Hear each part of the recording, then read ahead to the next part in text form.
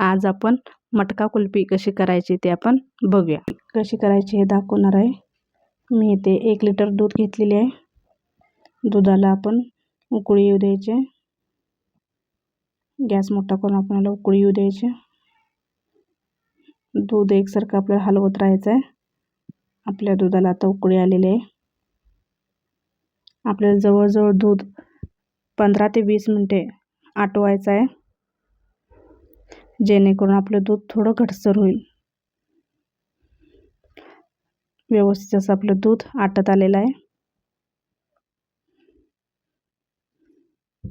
साईडला वगैरे लागलेला आपण काढून घ्यायचं आहे. मी यात अर्धी वाटी काजू आणि बदामची पावडर टाकत आहे. मी यात कोणतेही कॉर्नफ्लॉवरचा वापर करणार नाही आहे. व्यवस्थित असं आपण हे साईडचं वगैरे काढून घ्यायचं आहे. मी एका बाउलमध्ये मिल्क पावडर घेतलेली आहे. 4 चमचे मिल्क पावडर आणि हे आपल्या नॉर्मल दुधात भिजवून घ्यायचं आहे. व्यवस्थित असं आपण याला पेस्ट करून घ्यायचे. आपल्याला गाठी होता कामा नयेत. आता ही पेस्ट मी या दुधात घालत आहे.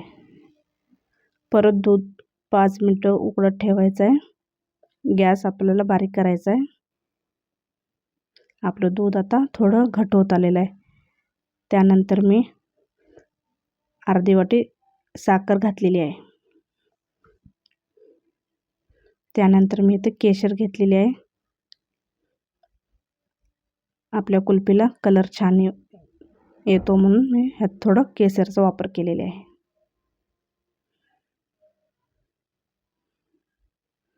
आपलं दूध घट्टसर होत आलेलं आहे. आपला गॅस बंद करायचा आहे आणि थोडा वेळ थंड करून घ्यायचं आहे. आता हे आपण मटक्यात भरून घ्यायचं आहे.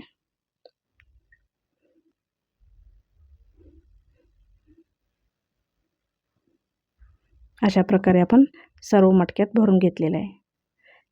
थोडंसं ड्रायफ्रूट वरून टाकायचं आहे.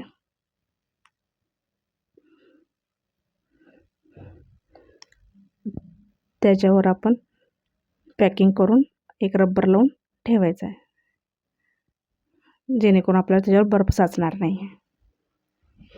तसेच आपण आपल्याकडे साचे जे उपलब्ध असतात त्या साच्यामध्ये पण आपण कुल्फी घालून बनवू शकतो.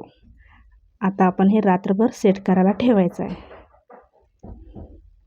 आता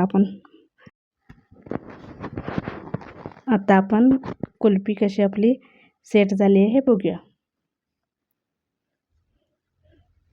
घट्टसर अशी ही आपली कुल्फी मटका कुल्फी तयार झाली. खूप छान असं आणि व्यवस्थित पद्धतीने आईस्क्रीम तयार झालेलं आहे. आता आपण ह्या साच्यातील कुल्फी कशी झाली आहे बघूया.